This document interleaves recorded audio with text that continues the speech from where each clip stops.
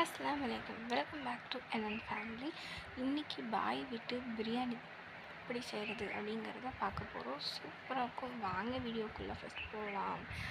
அதுக்கு ஃபஸ்ட்டு வெங்காயத்தை வறுத்து தனியாக எடுத்து வச்சுக்காங்க. அப்புறம் இஞ்சி பூண்டு பேஸ்ட், தக்காளி ஒரு 1/2 கிலோ அளவுக்கு தக்காளி சேர்த்துக்காங்க. 7-8 பச்சை மிளகாய், புதினா, கொத்தமல்லி இது எல்லாத்தையுமே ஃப்ரெஷ்ஷாக கழுவி எடுத்து வச்சுக்காங்க. தக்காளி நான் கிட்டத்தட்ட ஒரு 5-6 தக்காளி அறுத்து வச்சுருக்கேன். அதுக்கு 7-8 வெங்காயம் அறுத்து வச்சுக்கோங்க. இதுதான் கணக்கு. சரிங்களா? ஃபஸ்ட்டு என்னோடய சிக்கனை மேக்னேட் பண்ணி வச்சுட்டு இதில் பெருசாக ஒன்று கூட மேக்னேஷனுக்கு நான் அப்புறமா சொல்கிறேன். அப்புறம் பார்த்திங்கன்னா ஏலக்காய், கிராம்பு, ஜாதிப்பட்டி, அப்புறம் பட்டை, அன்னாச்சி பூ இதெல்லாம் சேர்த்து நல்லா ஒரு வதக்குங்க எண்ணெயில். இதுதான் இதுக்கான மசாலாவே. இது வதங்கிட்டு வெங்காயம் நல்லா வதங்கினதுக்கப்புறம் இந்த அளவுக்கு வெங்காயம் வதங்கினதுக்கப்புறம் இஞ்சி பூண்டு பேஸ்ட் ஒரு 3 டேபிள் ஸ்பூன் ஃப்ரெஷ்ஷாக அரைச்சி வச்சுட்டிங்கன்னா இன்னும் நல்லா டேஸ்ட்டாக இருக்கும். நல்லா அதோடய பச்சை வாசனை போகிற அளவுக்கு வதக்கிக்கலாம். சரிங்களா? டிஸ்கிரிப்ஷன் பாக்ஸில் நான் எல்லாத்தோட அளவுகளையுமே கொடுக்குறேன் உங்களுக்கு. இப்போ பச்சை மிளகாயும் உள்ளே சேர்த்துடலாம். சேர்த்துட்டு அதையும் நல்லா வதக்கிக்கோங்க.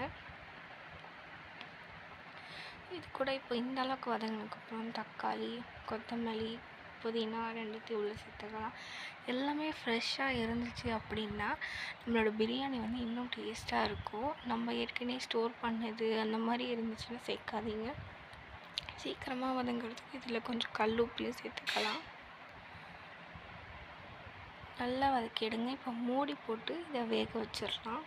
மூடி போட்டு வேக வச்சா சீக்கிரம் வெந்துடும். உப்பு போட்டாலும் சீக்கிரம் வெந்துடும். இந்த அளவுக்கு நல்லா கனிஞ்சு போயிருக்கணும் தக்காளி. அதுக்கப்புறம் நம்ம இந்த மேக்னேட் பண்ண சிக்கனை போட்டுக்கலாம். இதில் தயிர், இஞ்சி பூண்டு பேஸ்ட்டு, மிளகாத்தூள், மஞ்சள்தூள் இது போட்டு மேக்னேட் பண்ணி ஓரமாக வச்சுருங்க. சிக்கனை சாஃப்டாக ஜூஸியாக கொடுக்கும். அதுக்காண்டி தான். இது போட்டதுக்கப்புறமா நம்ம திருப்பி மூடி போட்டு வச்சிடலாம். அதுக்கப்புறம் இதில் 1/2 டேபிள் ஸ்பூன் அளவுக்கு மஞ்சள்தூள் சேர்த்துக்கோங்க. கறியில் இருக்கிற நான் சேர்த்துருக்கேன். மிளகாத்தூள் உங்கள் காரத்துக்கு தகுந்த மாதிரி 1/2 டேபிள் ஸ்பூன்லேருந்து 2 டேபிள் ஸ்பூன் அளவுக்கு சேர்த்துக்கலாம். உங்கள் காரத்துக்கு தகுந்த மாதிரி. இது கூட 50 கிராம் பிரியாணி பாக்கெட் சேர்த்துக்கோங்க. உங்களுக்கு வேண்டாம் அப்படின்னா நீங்கள் சேர்க்க வேண்டாம். பட் சேர்த்தா இதோட டேஸ்ட் நல்லா இருக்கும். நம்ம எந்த பிராண்டில் வேணாலும் சேர்த்துக்கலாம். 1/2 கப் அளவுக்கு தயிர் ரொம்ப முக்கியம். இதுதான் 1/2 கப் அளவுக்கு தயிர் சேர்த்துக்கோங்க. நீங்கள் தயிர் ஊற்றிங்க அப்படின்னா தக்காளியோட அளவை குறைச்சிக்கோங்க. புளிப்பு இறங்கிடும். அதுக்காண்டி தான். நல்லா வதக்கிடுங்க தயிர்.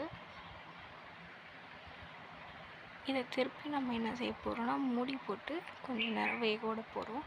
அந்த எண்ணெயெல்லாம் பிரிஞ்சு வரணும். பார்த்திங்கன்னா எண்ணெய், நெய் எல்லாமே பிரிஞ்சு வந்துச்சுன்னா அதோட டேஸ்ட் அவ்வளோ சூப்பராக இருக்கும். இதுக்கு 1 டேபிள் ஸ்பூன்லேருந்து 1.5 டேபிள் ஸ்பூன் போன அளவுக்கு நெய் சேர்த்துக்கலாம். இப்போ பார்த்திங்கன்னா எண்ணெய், நெய் எல்லாம் பிரிஞ்சு வந்துடுச்சு. இப்போ நம்ம தண்ணி ஊற்றி இது கொதிச்சதுக்கப்புறம் அரிசி போடலாம்.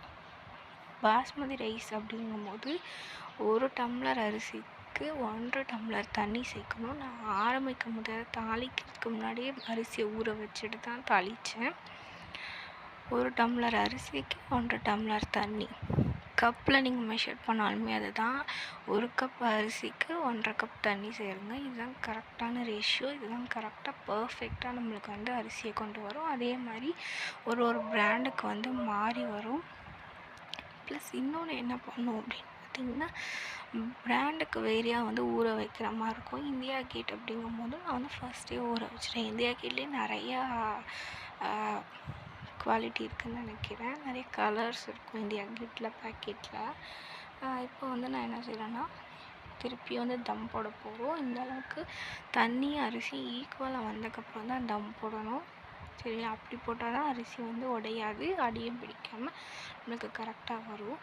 இப்போ தண்ணி அரிசி ஈக்குவலாக ஒரு அரை பக்கம் வந்துருச்சு. இப்போ நம்ம ஒரு பாயில் ஷீட் அப்படி இல்லைன்னா இந்த மாதிரி ஒரு கவர் சேர்த்துக்கோங்க. வாழையில் கூட இன்க்ளூட் பண்ணிக்கலாம். நீங்கள் போட்டு மூடி வச்சுருங்க. ஆவி இந்த தண்ணி உள்ள ஸ்டோர் ஆகாமல் இருக்குது.